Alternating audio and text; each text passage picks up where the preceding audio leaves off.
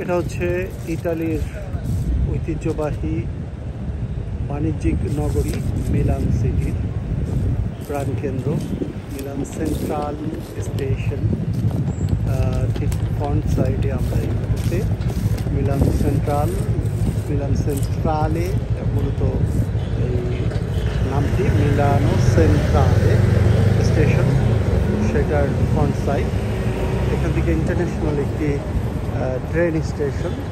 এখান থেকে সারা বিশ্বের অনেকগুলো ইউরোপিয়ান কান্ট্রিতে এই ট্রেনের মাধ্যমে যাতায়াত করা সম্ভব।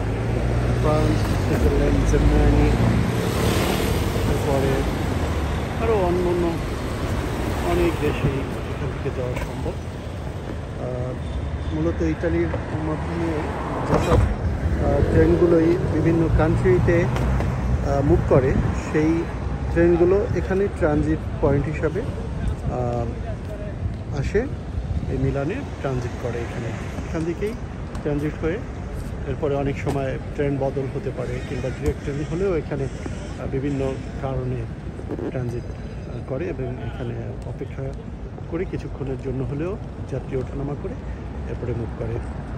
তো এই ট্রেন স্টেশনের কিন্তু অনেক ধরনের সুবিধা রয়েছে। এখান থেকে এয়ারপোর্টে যাওয়া সম্ভব এবং বাস আছে এখান থেকে এয়ারপোর্টে যাওয়ার, ইন্টারন্যাশনাল এয়ারপোর্ট মেলপেন্সা। এরপরে এখান থেকে কানেকশন আছে মেট্রো, তারপরে ট্রাম, বাস এবং বিভিন্ন যানবাহনের কানেকশন খুব বেশি চমৎকার। সারা দিন রাত 24 ঘন্টা 24 আওয়ার্সই এখানে কিন্তু আপনার যাতায়াতের ব্যবস্থা রয়েছে এবং এই ট্রেন স্টেশন ওপেন রয়েছে। তো সবাইকে অনেক শুভেচ্ছা। ইটালির মিলান ট্রেন স্টেশন দেখালাম। তো যারা আসবেন ট্যুর করতে, এখানে অনেক শুটিং প্লেজও ওঠে। এই যে আপনারা দেখছেন যে এটা একটা হয়তো করেছে এবং এখানে অনেকেই ছবি তোলেন এবং বাংলাদেশের মান্যগণ্য রাষ্ট্রের বিভিন্ন রাষ্ট্রের মান্যগণ্য রাষ্ট্রীয় প্রধান হোটেলে অবস্থান করেন।